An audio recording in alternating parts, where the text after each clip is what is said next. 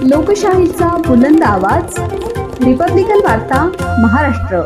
गेल्या काही दिवसांपासून नाशिकमध्ये मुसळधार पावसाची संततधार सुरू असून नाशिककरांचे जनजीवन विस्कळीत झाले आहे। नाशिक शहरात आणि सखल भागात पावसाने दमदार हजेरी लावल्याने गोदावरी नदीच्या पाणी पातळीत लक्षणीय वाढ झाली आहे।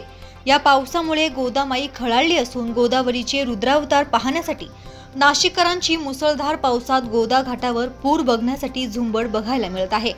तर गोदावरीच्या पुराचे मापक मानल्या जाणाऱ्या दुतोंड्या मारुतीच्या मूर्तीच्या कमरेपर्यंत पाणी पोहोचले आहे।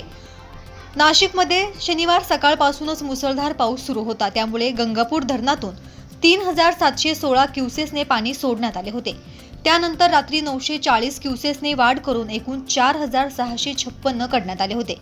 यानंतर आज सकाळी 10 वाजता गंगापूर धरणातून 4656 मध्ये 530 क्युसेसने वाढ करून 5186 क्युसेस इतके करण्यात आले आहे। यामुळे गोदावरी काठच्या नागरिकांना सतर्कतेचा इशारा देण्यात आला आहे।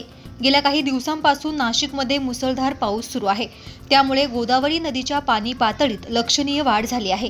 या पावसामुळे गोदामाई खळाळली असून नाशिककरांची मुसळधार पावसात गोदा घाटावर पूर बघण्यासाठी झुंबड बघायला मिळत आहे।